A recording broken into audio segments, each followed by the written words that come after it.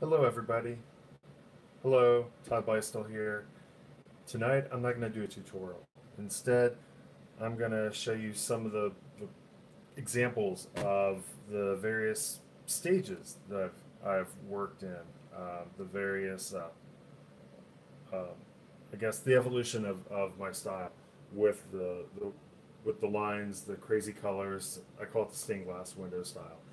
Um, so, just a little background. The first time I did one of these paintings was back when I was in high school. It was an assignment we did in class where we had to do a portrait of somebody, and we would put the oil pastel down and we'd start drawing. We would just draw a portrait without lifting the crayon, and whatever you got, that's what you got. There was no pre-drawing, no erasing, no correcting it. Just put the crayon down, you start drawing, and whatever you have, that's it. You add the color. So I did a Marilyn Monroe. Still have it. It's at my mom's house. But that was the first portrait I did. Um, didn't really work in that style afterwards for quite a while. When I was in college, I had an assignment for illustration class, and I decided I wanted to try and do that technique again because I really enjoyed it. It's a very free technique. And I had a couple of comps that I presented to the instructor, and he said no to all of them. So I abandoned that technique for a little bit until I graduated from college. And just goofing around, I did an Albert Einstein. Um, really enjoyed it. Um, in my career, I wasn't really sure what I was going to do. I was trying to get a graphic design job, um, but I also wanted to do illustrations. A friend of mine, a very, very close friend of mine, was an art director at a large corporation here in Columbus, and she was reviewing my portfolio, trying to help me perfect my portfolio, how to to cater to the types of jobs that I was interested in. And when she saw the Albert Einstein, she told me that's what you need to do. That's the technique. That's your style. So from that point on, I started doing portraits. I did the Albert Einstein, obviously. Then I branched out and tried doing some others. I did a Tesla. I did um, I did a Godzilla. I did just a bunch of different people. Um, I started on paper, moved on to canvas, not necessarily using oil pastels, but I started using acrylics. Um, so I'll go ahead and show you some of the examples of what I've done over the years. When I first started doing these, it was 18 by 24 on paper. So I'll flip it around and you can see some examples. Okay, so people ask what size. They say that they thought these would be done a lot larger. Well, this is it, 18 by 24, done in oil pastels. That's flash.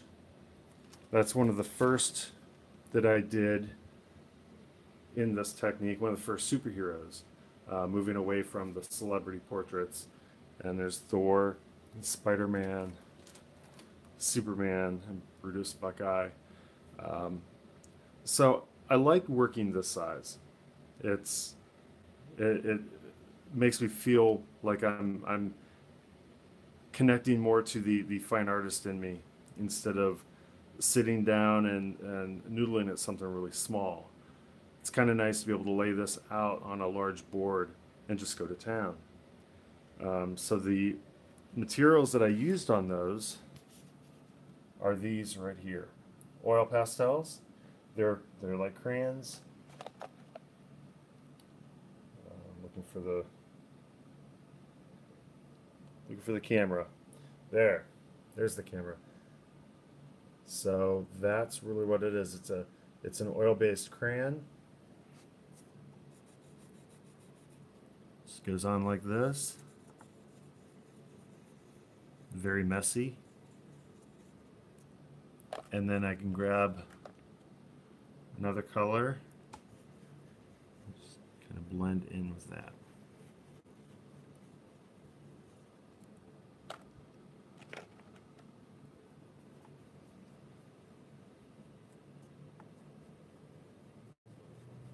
Yeah, just like that. And then I can go in with my finger, gonna blend that. Now, got a little bit on my finger, leftover residue. If I'm working on a large painting and I've got dark blue, purple, whatever, hands get really, really messy. So, requires a lot of washing. Working on with the crayons, a lot of the crayon residue comes off, sticks to the other crayons, so I always have a paper towel as I'm working. Just roll the crayon in the paper towel, cleans off the tip, and then I'll apply that onto the board. So that's the oil pastels. Moved away from the oil pastels and started working with acrylics.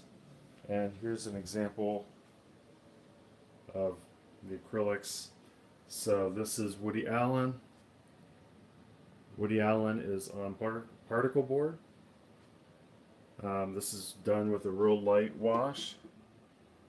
You can see I just said the particle board didn't go for full coverage, didn't make it really opaque. So I get this really nice texture in there. Sometimes when people look at these, they think that I've gone in with real thick paint and have created all this texture, but no, the trick is it's just particle board.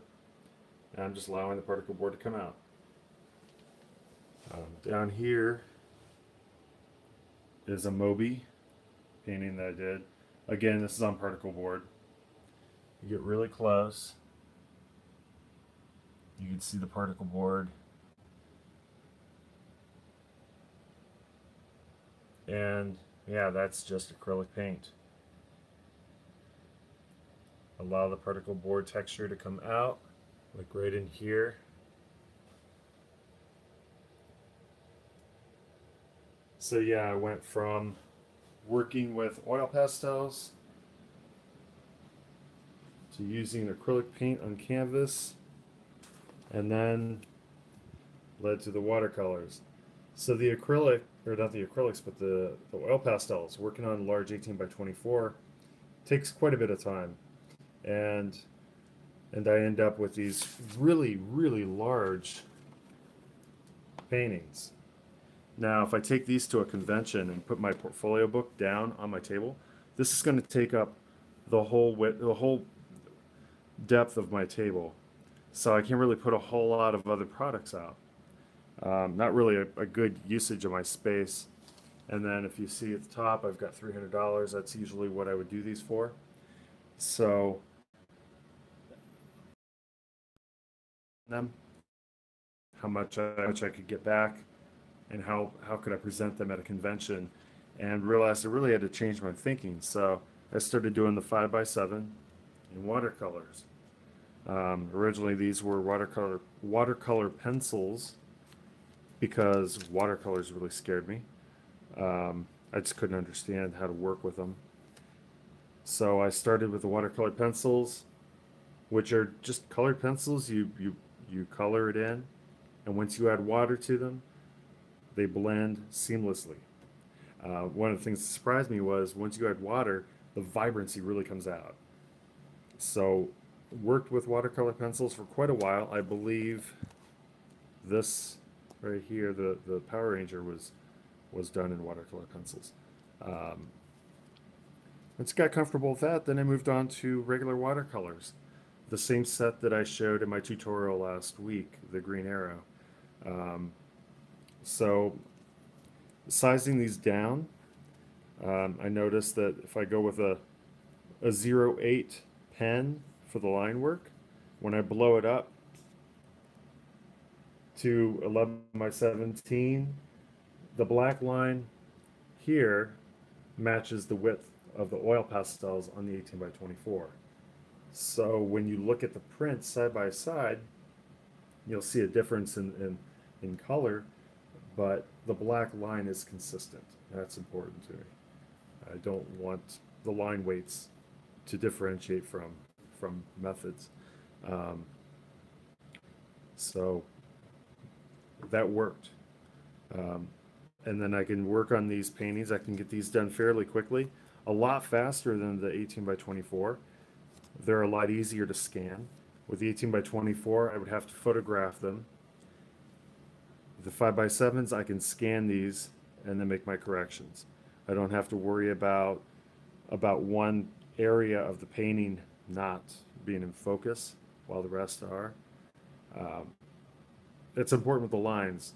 If I didn't have all the line work, they could be out of focus and you would never know. But the 5 by 7 is just easier for me to scan it and reproduce.